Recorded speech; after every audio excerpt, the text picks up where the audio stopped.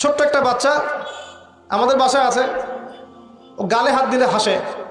তা আমি তাকায় থাকি আর ভাবি যে 5 বছর হাস আগে, 5 বছর পরে যখন তুই দুনিয়াটা বুঝতে শিখবি অটোমেটিক হাসি বন্ধ হয়ে যাবে।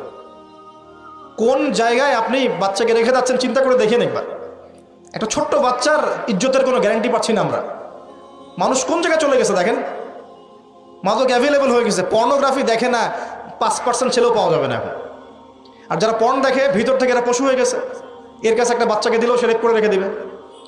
চিন্তা করে দেখেন না, বিগত 50 বছরে ধর্ষণের সংখ্যা বেড়েছে না কমেছে? কি পরিমাণ বেড়েছে, বেড়েছে কি পরিমাণে? পর্নোগ্রাফির পরিমাণটা কি পরিমাণ বাড়ছে, মাদক কি পরিমাণে বেড়েছে। এখন এই দায়িত্ব তো শুধু প্রশাসনের না, শুধু পলিটিশিয়ানদের না, আমাদের সবার দায়িত্ব আছে তো। আমরা যদি যার যার জায়গা থেকে দায়িত্ব পালন করতে আজকে পিছুপা হয়ে যাই, বিশ্বাস করেন আগামী 10-20 বছর পরে আমাদের সন্তান একটা ভয়ঙ্কর বিশ্ব দেখবে আসে। ওরা এমন একটা বিশ্ব দেখবে যার দুঃস্বপ্নের মতো কল্পনাই করে নাই। আল্লাহ আমাদেরকে বোঝার তৌফিক দান করুন।